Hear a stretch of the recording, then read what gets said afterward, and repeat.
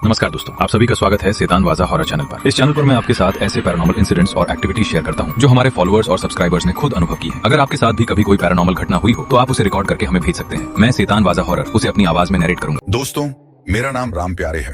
मैं पिछले 20 सालों से ट्रक चला रहा हूँ। इस दौरान जाने कितनी सड़कों से गुजरा हूँ। चौड़े हाईवे, टेढ़े मेढ़े पहाड़ी रास्ते, वीरान रेगिस्तान और घने जंगलों के बीच से गुजरती तंग सड़कें। मगर उस रात का सफर कुछ अलग था। वह रास्ता मेरे लिए नया था और इसके बारे में मैंने पहले भी कई अजीब बातें सुनी थी। कोई कहता था कि वहां अजीब घटनाएं होती हैं, कोई कहता कि वहां से जो भी गया वह कभी वापस नहीं आया। लेकिन मैं इन बातों पर ध्यान नहीं देता था। मैंने अपनी जिंदगी में हर तरह की मुश्किलें देखी हैं और मेरा मानना है कि डर सिर्फ मन का वहम होता है। उस दिन का माहौल कुछ अलग था। दिवाली नजदीक थी और मैं पटाखों का भारी माल लेकर गुजरात के एक छोटे कस्बे की ओर जा रहा था। सफर लंबा था, इसलिए ज्यादा देर किए बिना मैं निकल पड़ा। मेरे साथ मेरा नया खलासी गोलू था। उम्र में छोटा मगर काम में तेज और हर वक्त जोश से भरा रहता। ट्रक चलाना सिर्फ गाड़ी हाँकना नहीं होता, ये एक जिम्मेदारी है। कई बार ये जिम्मेदारी जान पर भी भारी पड़ जाती है, लेकिन इस बारे में सोचने का वक्त नहीं था। मैंने ट्रक स्टार्ट किया और सड़क पर दौड़ा दिया। जैसे जैसे सूरज ढलने लगा, माहौल थोड़ा अजीब लगने लगा। हवा में एक अजीब सी ठंडक थी। अक्टूबर के महीने में इतनी ठंड आमतौर पर महसूस नहीं होती, लेकिन यहाँ की हवा में एक सनसनाहट थी। हाईवे पीछे छूट चुका था और अब सड़क दोनों ओर घने पेड़ों के बीच से गुजर रही थी। ये पेड़ बहुत ऊंचे और सूखे थे। टहनियां अजीब तरह से झुकी हुई थीं, जैसे किसी ने जबरदस्ती उन्हें मोड़ दिया हो। मैं आमतौर पर इन चीजों पर ध्यान नहीं देता, लेकिन आज माहौल में कुछ ऐसा था कि मैं अनजाने में ही सतर्क हो गया था। गोलू भी चुप था। वह आमतौर पर मुझसे बातें करता रहता, मगर अब चुपचाप खिड़की से बाहर झांक रहा था। मैंने उससे कहा, क्या हुआ, तू इतना चुप क्यों है? उसने मेरी ओर देखा और सिर हिला दिया। कुछ नहीं उस्ताद, बस नींद आ रही है। उसकी आवाज में अजीब सा ठहराव था। मैंने कुछ सोचा नहीं और ट्रक की स्पीड बढ़ा दी। करीब 2 घंटे बाद रास्ते में एक मोड़ आया, जहां से 2 सड़कें अलग हो रही थीं। एक सड़क सीधी जा रही थी और दूसरी जंगल के अंदर मुड़ रही थी। सीधी सड़क लंबी थी और गोलू ने कहा कि जंगल वाला रास्ता छोटा होगा और हमें जल्दी पहुंचा देगा। मैंने ट्रक रोककर थोड़ा सोचा। रास्ता सुनसान था और आसपास कोई भी गाड़ी नहीं थी। तभी अचानक एक अजीब सा एहसास हुआ, जैसे कोई मुझे देख रहा हो। मैंने इधर उधर देखा मगर कुछ नजर नहीं आया, लेकिन मन में बेचैनी सी होने लगी।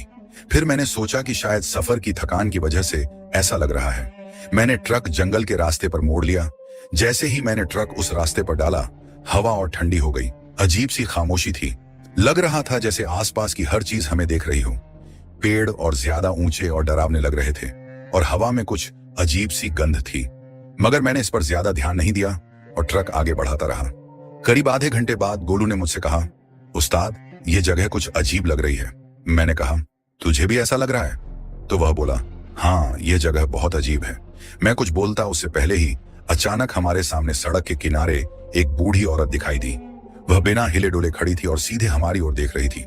मेरे हाथ स्टीयरिंग पर जमे रह गए और दिल की धड़कन एक पल के लिए थम गई। मैं कुछ समझ पाता उससे पहले गोलू ने कांपती आवाज में कहा, उस्ताद, यह औरत इतनी रात को यहाँ क्या कर रही है?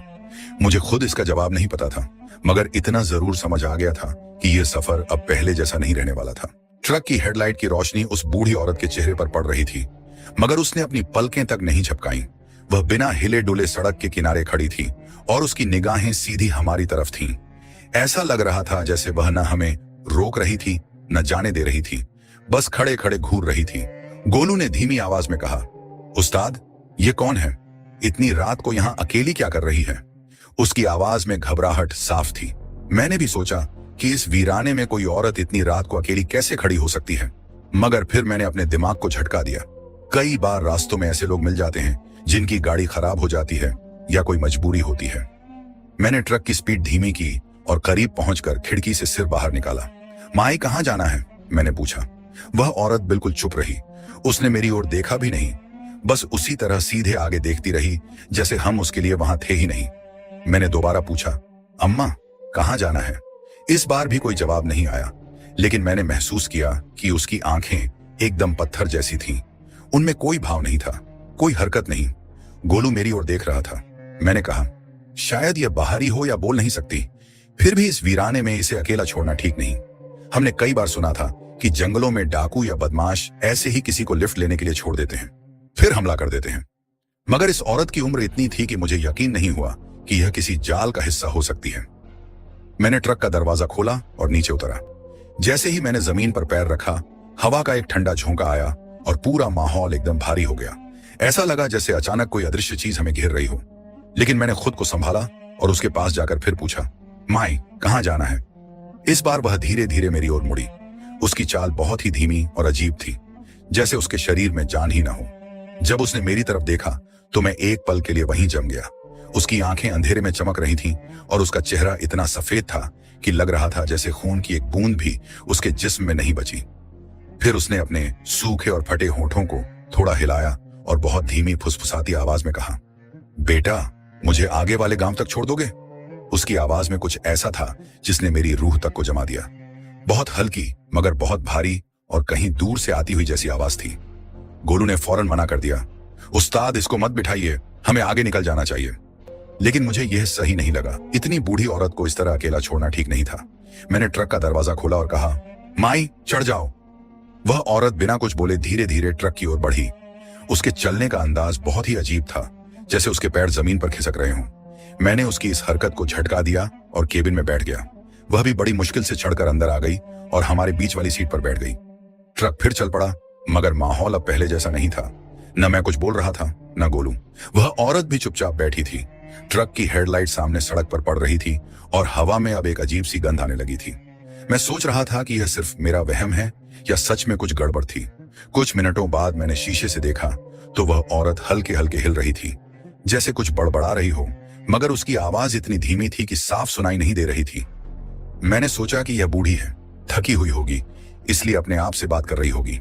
गोलू ने मेरी तरफ देखा और धीरे से फुसफुसाया, उस्ताद, कुछ अजीब महसूस हो रहा है। मैंने उसकी तरफ देखा और सिर हिलाया, मुझे भी। अचानक उस औरत ने कुछ ऐसा कहा जिसने हमारी रूह तक कंपा दी। इतनी रात को यहां कोई जिंदा नहीं रहता बेटा। हम दोनों के चेहरे सफेद पड़ गए। गोलू ने कांपती आवाज में पूछा, माए, क्या कहा आपने? वह औरत चुप रही, जैसे उसने कुछ कहा ही ना हो, मगर अब वह धीरे धीरे हंसने लगी। उसकी हंसी इतनी हल्की मगर डरावनी थी कि मेरी उंगलियां स्टीयरिंग पर जम गईं। मैंने महसूस किया कि उसकी आवाज अब दो जगह से आ रही थी, जैसे ट्रक में कोई और भी हो जो उसी के साथ हंस रहा हो। गोलू ने डर से मेरी तरफ देखा, उस्ताद, ये ठीक नहीं है। मेरा खुद का गला सूख रहा था। मैंने एक नजर पीछे शीशे में डाली और मेरी सांस वहीं अटक गई। उस शीशे में मुझे कुछ ऐसा दिखा जिसे मैं कभी नहीं भूल सकता। मेरे हाथ स्टीयरिंग पर जम गए, गला सूखने लगा और दिल इतनी जोर से धड़कने लगा कि लगा अभी छाती फाड़कर बाहर आ जाएगा। मैंने धीरे धीरे रियर व्यू मिरर में देखा और जो मैंने देखा उसने मेरे रोंगटे खड़े कर दिए। शीशे में उस बूढ़ी औरत का चेहरा दिख रहा था, लेकिन उसका अक्स साफ नहीं था, जैसे वह धुंधला हो रहा हो और उसके होंठ लगातार हिल रहे थे। मगर आवाज बहुत धीमी थी, इतनी धीमी कि अगर ट्रक की गड़गड़ाहट न होती तो भी शायद मैं ठीक से सुन न पाता। गोलू ने धीरे से पूछा, उस्ताद, ये क्या बोल रही है? मैंने सिर हिलाया, मुझे नहीं पता, लेकिन अब अंदर बैठा रहना मुश्किल हो रहा था। ट्रक के केबिन में घुटन सी महसूस हो रही थी, जैसे कोई भारी चीज हमारे ऊपर लदी हो, और उस औरत से एक अजीब सी गंध आ रही थी। वह गंध इतनी तेज थी कि मेरा सिर चकराने लगा। गोलू ने फिर कहा, उस्ताद, हमें इसे उतार देना चाहिए। मगर मैंने धीरे से कहा, अगर यह सच में कोई बेबस औरत हुई तो मैं इसे इस वीराने में नहीं छोड़ सकता। तभी उस औरत ने अपनी गर्दन धीरे धीरे मेरी तरफ मोड़ी। उसके हिलने की गति इतनी धीमी थी कि उसकी हड्डियों से कड़कड़ाने की आवाज आ रही थी, जैसे किसी सूखे पेड़ की। तूने मुझे क्यों बिठाया बेटा? उसका लहजा अब वैसा नहीं था, पहले से ज्यादा भारी और गूंजता हुआ। मुझे ऐसा लगा जैसे उसकी आवाज ट्रक के अंदर नहीं बल्कि मेरे ही दिमाग के अंदर गूंज रही हो। गोलू तो बिल्कुल सहम गया। उसने मेरी कमीज पकड़ ली और धीरे से फुसफुसाया, उस्ताद, रोकिए, इसे उतारना होगा। मैं खुद भी अब और सहन नहीं कर पा रहा था। मैंने ट्रक धीमा किया और एक झटके से ब्रेक लगा दिया। अम्मा, अब आपको यहीं उतरना होगा, मैंने दरवाजा खोलते हुए कहा। वह औरत हिली तक नहीं, बस उसी तरह बैठी रही और अपनी काली आंखों से मुझे घूरती रही। तूने मुझे क्यों बिठाया बेटा? उसने फिर वही बात कही, मगर इस बार उसकी आवाज और भारी हो गई। अब तो मेरा पूरा शरीर पसीने से भीग चुका था। मैं कुछ बोल नहीं पाया, लेकिन गोलू ने हिम्मत की और चिल्लाया, उतर यहां से। मगर जैसे ही उसने यह कहा, वह औरत अचानक से उसकी तरफ मुड़ी और ऐसी जोर से हंसी कि ट्रक के शीशे तक हिल गए। फिर एक ही झटके में वह गायब हो गई। मैं और गोलू एक दूसरे को देखते रह गए। हमने सीट के नीचे झुककर देखा, केबिन की हर तरफ देखा, मगर वह औरत कहीं नहीं थी। ट्रक का दरवाजा भी अंदर से बंद था। तो फिर वह कहां गई? गोलू कांपती आवाज में बोला, उस्ताद वह कहां गई? मेरे पास कोई जवाब नहीं था। मैं खुद पूरी तरह जड़ हो गया था। अभी हम इस सदमे से उबर भी नहीं पाए थे कि अचानक ट्रक के ठीक सामने सड़क के किनारे हमें फिर वही औरत दिखाई दी। लेकिन इस बार कुछ ऐसा था जिसने हमारे होश उड़ा दिए। वह बिना चेहरे की थी। मेरे हाथ अभी भी स्टीयरिंग पर जमे हुए थे, लेकिन उंगलियों में जैसे जान ही नहीं बची थी। ऐसा लग रहा था कि अगर मैंने एक बार भी हाथ हटाया तो मैं ट्रक समेत यहीं दम तोड़ दूंगा। मेरा गला सूख चुका था। दिल इतनी जोर से धड़क रहा था कि मुझे लग रहा था कि अभी छाती चीरकर बाहर निकल आएगा। गोलू ने कांपती आवाज में कहा, उस्ताद वह फिर से आ गई। मैंने गर्दन घुमाकर देखा और मेरी रूह कांप गई। सड़क के किनारे वही बूढ़ी औरत खड़ी थी, लेकिन इस बार उसका चेहरा नहीं था। हाँ, बिल्कुल सपाट जगह थी। वहां ना आंखें थीं, न नाक, न मुंह, बस एक सफेद धुंधली सी सतह थी, जैसे किसी ने उसके चेहरे को मिटा दिया हो। मगर फिर भी मुझे ऐसा लग रहा था कि वह हमें घूर रही है। गोलू ने डर से मेरी कमीज पकड़ ली। उस्ताद यहां से भागिए। मुझे भी लगा कि अब बस बहुत हो गया। मैंने झटके से ट्रक का गियर बदला और एक्सीलेटर दबा दिया। ट्रक तेजी से सड़क पर दौड़ने लगा, लेकिन जैसे ही मैं आगे बढ़ा, गोलू की आवाज आई, उस्ताद देखो वह। मैंने कांपते हाथों से शीशे में देखा और मेरी सांसें रुक गईं। वह औरत अब भी हमारे साथ थी, मगर सड़क के किनारे नहीं। अब वह ट्रक के साथ साथ भाग रही थी। इतनी तेज रफ्तार में कोई इंसान ट्रक के साथ कैसे दौड़ सकता है? लेकिन वह दौड़ रही थी और उसकी चाल सामान्य नहीं थी। उसके पैर हवा में थे, जैसे वह बिना जमीन पर कदम रखे ही दौड़ रही हो। गोलू अब फूट फूट कर रोने लगा, उस्ताद वह मरवाएगी हमें। मैंने ट्रक की रफ्तार और तेज कर दी, मगर वह औरत उसी रफ्तार से हमारे साथ साथ चल रही थी। और फिर उसने एक डरावनी हरकत की। वह धीरे धीरे ट्रक के करीब आने लगी, पहले खिड़की के पास, फिर उसने अपना हाथ उठाया और एक झटके में खिड़की पर रख दिया। ट्रक की खिड़की पूरी तरह बंद थी, लेकिन उसकी उंगलियां कांच के आर पार आ रही थी, जैसे उसका हाथ ठोस नहीं बल्कि धुएं से बना हो। अब मुझसे बर्दाश्त नहीं हुआ। मैंने ब्रेक मारे और ट्रक रोक दिया। ट्रक रुकते ही वह औरत भी रुक गई और कुछ कदम पीछे हट गई, मगर अब उसकी बिना चेहरे वाली गर्दन धीरे धीरे एक तरफ झुकने लगी, जैसे किसी मरी हुई चीज को रस्सी से लटकाया गया हो। गोलू ने डर के मारे अपनी आंखें बंद कर ली। उस्ताद कुछ करो। मैंने जेब में हाथ डाला। मेरा हनुमान जी का लॉकेट वहां था। मैंने कांपते हाथों से उसे निकाला और जोर से बजरंग बली का नाम लिया। जैसे ही मैंने नाम लिया, वह औरत अचानक से सड़क के बीचों बीच गिर गई और तड़पने लगी। गोलू ने धीरे से कहा, उस्ताद ट्रक भगाओ। मैंने पूरी ताकत से एक्सीलेटर दबाया और ट्रक वहां से दौड़ा दिया। मैंने पीछे देखने की हिम्मत भी नहीं की, मगर मैंने एक गलती कर दी। पीछे देखने की हिम्मत तो नहीं की, लेकिन मैंने शीशे में झांक लिया और वहां जो दिखा उसने मेरी आत्मा तक को हिलाकर रख दिया। वह औरत अब अकेली नहीं थी। वहां सड़क पर दर्जनों औरतें खड़ी थीं। सभी के चेहरे गायब थे और वे सब हमारे ट्रक की तरफ बढ़ रही थीं। ट्रक पूरी रफ्तार से दौड़ रहा था, लेकिन ऐसा लग रहा था जैसे सड़क खत्म ही नहीं हो रही थी। मेरे हाथ स्टीयरिंग पर जमे थे और दिल इतनी जोर से धड़क रहा था कि छाती फाड़कर बाहर आ जाएगा। गोलू मेरी बगल में बैठा बड़बड़ा रहा था, उस्ताद हमें बचा लो, भगवान कुछ करो। मैंने एक बार फिर शीशे में देखा और मेरी सांस रुक गई। वे औरतें अब भी पीछा कर रही थीं, मगर इस बार उनकी संख्या बढ़ गई थी। अब वे 10-20 नहीं बल्कि दर्जनों थीं। सभी के चेहरे गायब थे। बिना आंखों वाली खोखली सफेद सतहें हवा में हिल रही थीं और उनके चलने का अंदाज अजीब था। ऐसा लग रहा था जैसे वे हवा में तैर रही हों। गोलू ने चिल्लाते हुए कहा, उस्ताद ये रास्ता खत्म क्यों नहीं हो रहा? मुझे भी लग रहा था कि हम कहीं फंस गए हैं। हम भाग तो रहे हैं, मगर रास्ता हमें कहीं लेकर ही नहीं जा रहा है। अचानक एक झटका लगा। ट्रक एकदम हिल गया, जैसे किसी चीज ने पीछे से उसे पकड़ लिया हो। मैंने गियर बदला, रफ्तार और बढ़ाने की कोशिश की, लेकिन ट्रक की स्पीड कम होने लगी। लगा जैसे कोई बहुत भारी चीज उसे पीछे खींच रही हो। गोलू कांपते हुए बोला, उस्ताद कुछ करिए, ये हमें रोक लेंगी। मेरे माथे पर पसीना आ गया। मैंने हिम्मत जुटाकर ट्रक के शीशे से पीछे देखा और जो मैंने देखा उसने मेरी आत्मा तक हिला दी। वो सारी बिना चेहरे वाली औरतें अब ट्रक से चिपकी हुई थीं।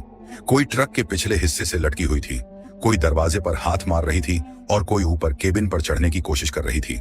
उनके हाथों की उंगलियां बहुत लंबी थीं, नाखून काले और बड़े थे और वे ट्रक की बॉडी को ऐसे खरोंच रही थीं जैसे कागज फाड़ रही हों।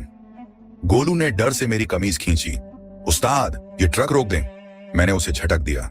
नहीं, अगर ट्रक रोका तो हम जिंदा नहीं बचेंगे। तभी अचानक एक जोर का धमाका हुआ। ट्रक एक झटके से झुका, जैसे पीछे से किसी ने बहुत जोर से धक्का मारा हो। गोलू चीख पड़ा, उस्ताद वे अंदर आ रही हैं।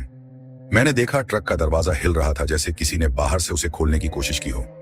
मेरा दिमाग सुन्न पड़ गया, अब कुछ समझ नहीं आ रहा था। तभी अचानक केबिन के ऊपर जोर से कुछ गिरने की आवाज आई। ऐसा लगा जैसे कोई बड़ी चीज कूद कर ऊपर चढ़ गई हो। गोलू ने कांपते हुए कहा, उस्ताद, ऊपर कोई है। मेरे शरीर में झुरझुरी दौड़ गई, मेरे कान खड़े हो गए। ट्रक की छत से किसी के चलने की हल्की हल्की आवाज आ रही थी, जैसे कोई पंजों के बल दबे पांव चल रहा हो। फिर अचानक कुछ नुकीली चीज ट्रक की छत पर घिसटने लगी। ऐसी आवाज जैसे कोई लोहे के टुकड़े को जमीन पर घसीट रहा हो। गोलू अब रोने लगा। उस्ताद, ये हमें मार देंगी। मैंने पूरी ताकत से एक्सीलेटर दबाया। ट्रक झटका खाकर आगे बढ़ा, मगर तभी एक जोरदार धमाका हुआ और ट्रक फिर झटका खा गया, जैसे किसी ने पूरा ट्रक पकड़कर रोक दिया हो। अब मेरी हिम्मत जवाब दे रही थी। पसीना माथे से टपक रहा था, सांस भारी हो गई थी और दिल जैसे उछलकर गले में आ गया हो। फिर अचानक ट्रक का दरवाजा जोर से खड़खड़ाने लगा, जैसे कोई उसे खोलने की कोशिश कर रहा हो। मैं कांपते हुए दरवाजे की तरफ देखने ही वाला था कि तभी खिड़की के शीशे पर एक सफेद हाथ चिपक गया। वह हाथ एकदम सूखा हुआ था, उसकी उंगलियां बहुत लंबी थीं और नाखून खून से सने हुए थे।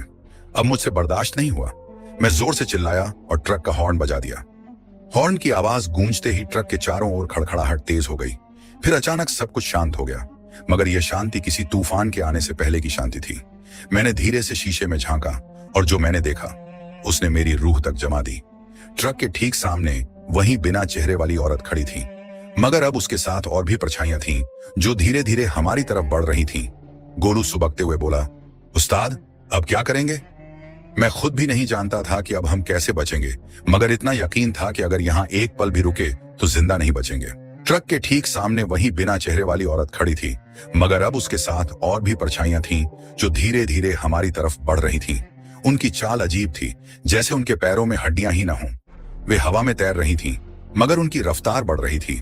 गोलू सुबकते हुए बोला, उस्ताद, अब क्या करेंगे? मेरा गला सूख चुका था और दिल जोर जोर से धड़क रहा था। अगर ट्रक को रोका तो हम जिंदा नहीं बचेंगे, मगर अब आगे बढ़ाने का भी कोई रास्ता नहीं दिख रहा था। तभी अचानक ट्रक के ऊपर जोर की धमक सुनाई दी, जैसे कोई भारी चीज ऊपर कूद गई हो। फिर छत पर पंजों के घिसटने की आवाज आने लगी। गोलू ने रोते हुए कहा, उस्ताद, ऊपर कोई है। मैंने कांपते हाथों से एक्सीलेटर दबाया। ट्रक जोर से गुर्राया और आगे बढ़ा, मगर जैसे ही मैंने ट्रक को थोड़ा सा मोड़ा, सामने खड़ी औरतें गायब हो गईं। गोलू ने डरते हुए कहा, उस्ताद, वे कहां गईं? मुझे खुद समझ नहीं आया, मगर अब ट्रक की छत से खड़खड़ाने की आवाज और तेज हो गई। ऐसा लग रहा था जैसे कोई ऊपर लाते मार रहा हो। फिर एक झटका लगा और ट्रक के दरवाजे को किसी ने इतनी जोर से धक्का मारा कि वह अंदर तक हिल गया। गोलू चीख पड़ा, उस्ताद, वे अंदर घुस रही हैं। मैंने घबराकर शीशे की तरफ देखा और मेरी रूह कांप गई। खिड़की के ठीक बाहर वहीं बिना चेहरे वाली औरत खड़ी थी, मगर इस बार उसके चेहरे की जगह एक काला गड्ढा सा था। उसकी आंखें नहीं थीं, मगर ऐसा लग रहा था कि वह हमें घूर रही हो। तभी अचानक ट्रक के पीछे एक जोरदार धमाका हुआ। ट्रक आगे झटका खाकर रुका और फिर लगा जैसे कोई बहुत भारी चीज उसे पीछे खींच रही हो। मैंने पूरी ताकत से एक्सीलेटर दबाया, मगर ट्रक की रफ्तार धीमी होती जा रही थी। गोलू कांपते हुए बोला, उस्ताद, ये हमें रोक लेंगी। मेरे माथे से पसीना टपक रहा था। अब मेरी समझ में नहीं आ रहा था कि क्या करूं। तभी अचानक खिड़की के शीशे पर दरारें पड़ने लगी, जैसे किसी ने अपने नाखूनों से उन्हें खरोंचा हो। फिर दरवाजे पर जोर जोर से धमाके होने लगे। अब हालात हाथ से निकल रहे थे। अगर एक बार दरवाजा खुल जाता तो फिर हमारा बचना नामुमकिन था। फिर एक और झटका लगा और ट्रक की छत से जोरदार चीखें गूंज उठी। मैंने जोर से हॉर्न बजाया और ट्रक को पूरी ताकत से आगे बढ़ाया। फिर अचानक सब कुछ शांत हो गया। गोलू ने डरते हुए कहा, उस्ताद, क्या वे चली गईं? मुझे भी ऐसा ही लगा, मगर फिर अचानक मेरे कान खड़े हो गए। कोई फुसफुसा रहा था, कोई हमारे ठीक पास था। गोलू धीरे धीरे कांपते हुए मेरी तरफ देखने लगा और फिर उसकी आंखें डर से फटी रह गईं। मैंने भी धीरे धीरे गर्दन घुमाई और जो मैंने देखा उसने मेरी सांसें रोक दी। केबिन के अंदर कोई और था। ट्रक के पिछले हिस्से में एक परछाई हिल रही थी। वह धीरे धीरे हमारी तरफ बढ़ रही थी। अब हम पूरी तरह फंस चुके थे। मौत हमारे बिल्कुल करीब थी। ट्रक अब थर थर कांप रहा था। चारों तरफ से भयानक खटखटाहट की आवाजें गूंज रही थीं। ट्रक की बॉडी पर जोर जोर से किसी के हाथ मारने की आवाजें आ रही थीं। खिड़कियों पर सफेद उंगलियों की लकीरें उभर रही थीं, जैसे कोई अंदर आने की कोशिश कर रहा हो। गोलू बुरी तरह रो रहा था, उस्ताद, ये हमें खींच लेंगे। मैंने कांपते हाथों से स्टीयरिंग पकड़ रखा था, लेकिन ट्रक अपनी जगह पर जमे रहने के अलावा कुछ नहीं कर रहा था। ऐसा लग रहा था जैसे किसी ने इसे जमीन से बांध दिया हो। केबिन के भीतर ठंडक इतनी बढ़ गई थी कि मेरे हाथ सुन्न होने लगे थे। सांस लेना तक मुश्किल हो रहा था। ऐसा लग रहा था जैसे ट्रक के अंदर से ही हमारी जान निचोड़ी जा रही हो। फिर अचानक केबिन के अंदर की हल्की हल्की रोशनी भी मध्यम होने लगी। ऐसा लग रहा था जैसे अंधेरा धीरे धीरे हम पर हावी हो रहा हो। गोलू कांपती आवाज में बोला, उस्ताद कुछ करो, ये हमें मार डालेंगे। मेरी आंखें अब तक पीछे की सीट पर पड़ी हुई उस परछाई पर थीं। वह अब और पास आ चुकी थी। उसकी लाल जलती हुई आंखें अब साफ दिख रही थीं और उसके नाखून इतने लंबे थे कि वह अब सीट की चमड़ी को खुरच रहा था। अब मेरा दिमाग पूरी तरह सुन्न हो चुका था, लेकिन तभी बचपन में सुनी हुई एक बात याद आई। अगर कभी किसी अंधेरे साए का सामना हो, अगर कभी लगे कि मौत बहुत करीब है, तो हनुमान चालीसा पढ़ना शुरू कर दो। मेरे होठों से कांपती हुई आवाज निकली, श्री गुरु चरण सरोज रज, निज मन मुकुर सुधारी। गोलू ने मेरी तरफ देखा। उसकी आंखों में डर और उम्मीद दोनों थे। मैंने कांपते होठों से पढ़ना जारी रखा, जय हनुमान ज्ञान गुण सागर, जय कपीस तिहु लोक उजागर। जैसे ही ये शब्द निकले, ट्रक के भीतर कंपन तेज हो गया। ट्रक की बॉडी पर जोर जोर से किसी ने अपने हाथ पटके, जैसे किसी को बहुत तकलीफ हो रही हो। फिर अचानक केबिन के अंदर एक भयानक चीख गूंजी, इतनी डरावनी कि मेरे कान सुन्न पड़ गए। गोलू ने थरथराते हुए भी मेरे साथ पढ़ना शुरू कर दिया, रामदूत अतुलित बल धामा, अंजनी पुत्र पवन सुत नाम। अब ट्रक के चारों ओर जमीन पर सफेद राख गिरने लगी, जैसे किसी की चमड़ी जल रही हो। बाहर की परछाइयां अब जोर जोर से इधर उधर भागने लगी, चीखने लगी। मैंने आंखें बंद करके पूरी ताकत से हनुमान चालीसा पढ़ना शुरू कर दिया। महावीर विक्रम बजरंगी, कुमति निवार सुमति के संगी। गोलू भी अब रोते रोते ऊंची आवाज में पढ़ रहा था। ट्रक अचानक से हिलने लगा, जैसे कोई उसे उखाड़ कर फेंकना चाहता हो। फिर एक के बाद एक खिड़कियों पर जो सफेद हाथ थे वे जलने लगे, पहले काले हुए, फिर राख में बदलकर नीचे गिर गए। मैंने पढ़ना नहीं रोका। विद्यावान गुणी अति चातुर, राम काज करीबे को आतुर। ट्रक के ऊपर से गिरने वाली धमाकों की आवाज बंद हो गई। अब सिर्फ भयानक चिल्लाने की गूंज बची थी। गोलू ने कांपते हाथों से खिड़की से बाहर देखा और बोला, उस्ताद वो भाग रही हैं। मैंने अपनी आंखें खोली। वे सारी बिना चेहरे वाली औरतें अब चीखते हुए काले धुएं में बदल रही थीं। वे अपना चेहरा पकड़कर अंधेरे में समा रही थीं। मैंने फिर एक आखिरी बार जोर से पढ़ा, सब पर राम तपस्वी राजा, दिन के काज सकल तुम साझा। ट्रक के बाहर का अंधेरा अब धीरे धीरे कम होने लगा। सांस में सांस आई, लेकिन मेरा शरीर अभी भी जकड़ा हुआ था। गोलू अब सुबकते हुए पढ़ रहा था, हम अब तक जिंदा थे, मगर हमें यह नहीं पता था कि क्या यह सब खत्म हुआ या अभी भी कोई साया हमारे साथ ट्रक में मौजूद था।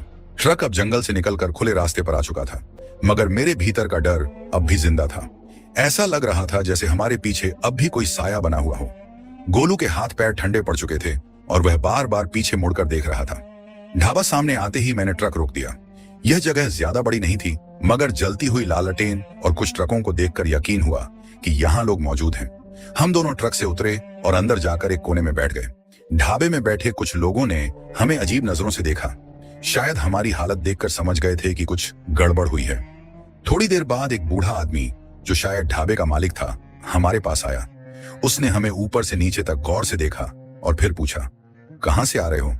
मैंने कांपती आवाज में कहा, पीछे वाले जंगल से। यह सुनते ही उसके चेहरे का रंग उड़ गया। उसने धीमी आवाज में पास खड़े लड़के से कहा, इनके लिए पानी ला जल्दी। गोलू ने मेरे कान में फुसफुसाया, लगता है ये कुछ जानते हैं। बूढ़े ने हमारे सामने पानी रखा और पास वाली कुर्सी पर बैठ गया। तुम लोग जिंदा यहाँ बैठे हो, इसका मतलब बहुत किस्मत वाले हो, उसने धीरे से कहा। मैंने कांपते होठों से पूछा, बाबा वो बूढ़ी औरत कौन थी? ढाबे में बैठे बाकी लोगों की आंखें अब हम पर टिकी थीं। कुछ ने बीड़ी बुझा दी, कुछ ने सिर झुका लिया। बूढ़े ने लंबी सांस ली और बोलना शुरू किया, तुम लोगों ने जिसे देखा वह कोई आम औरत नहीं थी। वह बरसों से इस रास्ते पर भटक रही है। मेरा गला सूखने लगा। बूढ़े ने बोलना जारी रखा, कई साल पहले की बात है। एक औरत अपने बेटे के साथ इस रास्ते से गुजर रही थी। उसका बेटा छोटा था, शायद 10-12 साल का। वे लोग किसी गांव से शहर जा रहे थे, मगर उन्हें इस बात का बिल्कुल भी अंदाजा नहीं था कि यह रास्ता उनके लिए आखिरी साबित होगा। गोलू के चेहरे पर डर साफ झलक रहा था। रात का वक्त था। औरत अपने बेटे के साथ सड़क के किनारे बैठी हुई थी, शायद किसी का इंतजार कर रही थी। तभी एक तेज रफ्तार ट्रक वहां से गुजरा। लोगों का कहना है कि ट्रक ड्राइवर को वह औरत दिखी ही नहीं, या फिर उसने देखा और अनदेखा कर दिया, मगर उसने रुकने के बजाय पूरी ताकत से ट्रक दौड़ा दिया और बच्चे को कुचल दिया। मेरी सांसें अटक गईं। गोलू की आंखों में आंसू थे। बाबा फिर क्या हुआ? बूढ़ा धीमी आवाज में बोला, उसने अपने बेटे को सड़क पर दम तोड़ते देखा। और जब तक लोग वहां पहुंचे तब तक वह औरत अपने बेटे की लाश को गोद में लिए बैठी थी। उसकी आंखों में आंसू नहीं थे, मगर चेहरा देखो तो ऐसा लगता था जैसे वह अब भी रो रही हो। कोई उससे कुछ पूछता इससे पहले ही वह उठी और सीधे जंगल की तरफ चली गई। लोग उसे रोकते रह गए, मगर उसने एक शब्द नहीं कहा। मैंने धीरे से पूछा, फिर? बूढ़े ने लंबी सांस ली। इसके बाद किसी ने उसे दोबारा जिंदा नहीं देखा, मगर जब कुछ दिन बाद जंगल के अंदर खोजबीन की गई तो एक पेड़ से उसकी लाश झूलती मिली। उसका चेहरा बुरी तरह बिगड़ा हुआ था, जैसे वह मरने से पहले बहुत तड़पी हो। मगर एक अजीब बात थी, उसके पैरों के पास उसके बेटे का कोई निशान नहीं था।